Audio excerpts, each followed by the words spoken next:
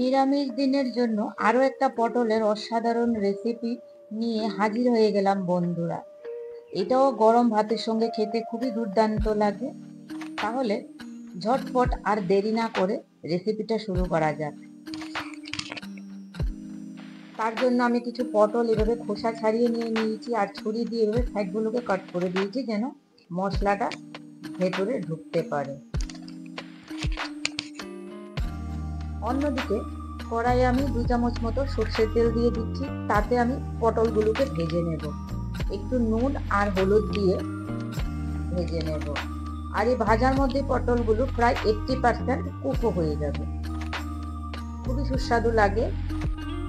এই রেসিপিটা গরম ভাতের সঙ্গে জাস্ট অসাধারণ।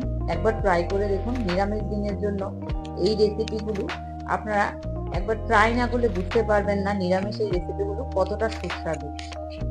আর অন্যদিকে একটা মশলা বানিয়ে নেব। মিক্সি জারে আমি তাতে দিয়েছি 1 চামচ মতো সর্ষে, কালো সর্ষে, তারপর 1 চামচ মতো হলুদ সর্ষে, আর দেবো তাতে 2 চামচ মতো চিনে বাদাম। আমি কাঁচা চিনে বাদাম নিয়েছি, আর একটা কাঁচা লঙ্কা, আর দিচ্ছি একটা মিডিয়াম সাইজের টমেটো কুচি দিয়ে একটা স্মুথ পেস্ট বানিয়ে নেবো তাতে। আর ঝালটা আপনারা হিসাব মতো লঙ্কাটা ইউজ করতেই পারেন। ব্যাস, পেস্টটা রেডি হয়ে গেল। এখন আমি একবার পটলগুলোকে চেক করে নিচ্ছি, একটু চাপা দিয়ে প্রেস করে দেখে নেব এই যে হয়ে গেছে মোটামুটি। আর 1 মিনিট ভেজে আমি এগুলোকে নামিয়ে নেব। পটল ভাজা হয়ে গেছে, এখন আমি ওদেরকে নামিয়ে নেব। আর আমার রেসিপিগুলো যদি আপনাদের ভালো লাগে, please don't forget to like, share and subscribe the channel so that I can motivate to explore new recipes with you. তাহলে আমারও খুব ভালো লাগবে নতুন নতুন রান্না নিয়ে আসতে আপনাদের সামনে। অন্যদিকে এই কড়াইয়ে আমি আরো 2 চামচ মতো সর্ষের তেল দিয়ে দিয়েছি, আর তাতে দেবো গোটা জিরে ফোড়ন। একটু ভাজা হয়ে গেলে তার মধ্যে সামান্য পরিমাণ কালো জিরে দিয়ে দেবো।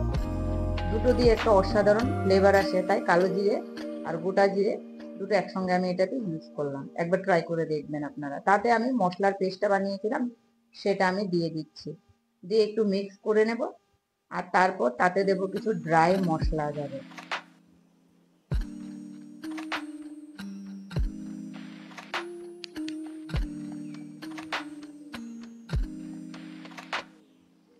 আমাকে জানাবেন কমেন্টে আপনাদের কেমন লাগছে আমার রেসিপিগুলো, তাহলে আমি বুঝতে পারবো যে না, আমার রান্নাগুলো ঠিকঠাক হচ্ছে, আপনাদের কাছে ভালো লাগছে।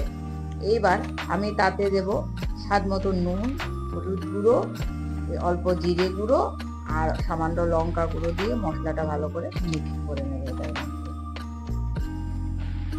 1-2 মিনিট মশলাটা দিয়ে একটু কষিয়ে নেব। আর আমার রান্নায় দেখবেন সব সময় তরকারিতে তেল ভাসা ভাসা সেরকম থাকবে না। দেখুন মশলা কষানো হচ্ছে, তাতেও সেরকম কিন্তু তেল নেই, ড্রাই আছে। আমি চেষ্টা করি সবসময় লেস ওয়েতেই রান্না করার। তারপর এখন তাতে আমি পরিমাণ মতো ঝোল দিয়ে দেবো। যেহেতু এটা একটু গামাখা টাইপের হবে, তাই আমি সামান্য পরিমাণ জল দিয়েছি, 1/2 কাপ মতো বলতে পারেন। ঝোল দিয়ে একটু ফোটা উঠে গেলে এখন তাতে 1/2 চামচ মতো চিনি দেবো। চিনিটা দিলে টেস্টটা ব্যালেন্স হবে সুন্দর, যেহেতু এটাতে টমেটো আছে এবং মাস্টার্ড সিডও আছে, ব্যালেন্স হবে। এখন উপর থেকে ভেজে রাখা পটলগুলো তাতে দিয়ে 2 মিনিট ঢেকে কুক করে নেব। ব্যাস, তাহলে আমাদের একটা গরম ভাতের সঙ্গে খাওয়ার জন্য একটা অসাধারণ নিরামিষ রেসিপি রেডি হয়ে যাবে। মাছ মাংস লাগে না এইসব থাকলে সঙ্গে, আর মাছ মাংস আমরা সবসময় খেতে পারি না বা খাওয়াও ঠিক নয়, কিন্তু এগুলো রেগুলার মোটামুটি আপনারা সপ্তাহে 1-2 দিন খাওয়া যেতেই পারে। আর বাচ্চারাও এটা পছন্দ করবে, যারা সবজি পছন্দ করে না ওরাও এগুলো খাবে, আনন্দ করে খাবে। এখন উপর থেকে 2টো কাঁচা লঙ্কা দিয়ে দেবো। ব্যাস, মোটামুটি আমার পটলগুলো রান্না হয়ে গেছে। গ্রেভিটা একটা সুস্বাদু রেসিপি পটলের রেডি হয়ে গেল। আমি আরো পটলের 2-3টে রেসিপি ট্রাই করেছি, আপনারা আমার চ্যানেলে ওগুলো চেক আউট করে নিতে পারেন। আশা করি আপনাদের ওই রেসিপিগুলোও খুব ভালো লাগবে। তাহলে eat healthy, stay healthy, take care and bye by.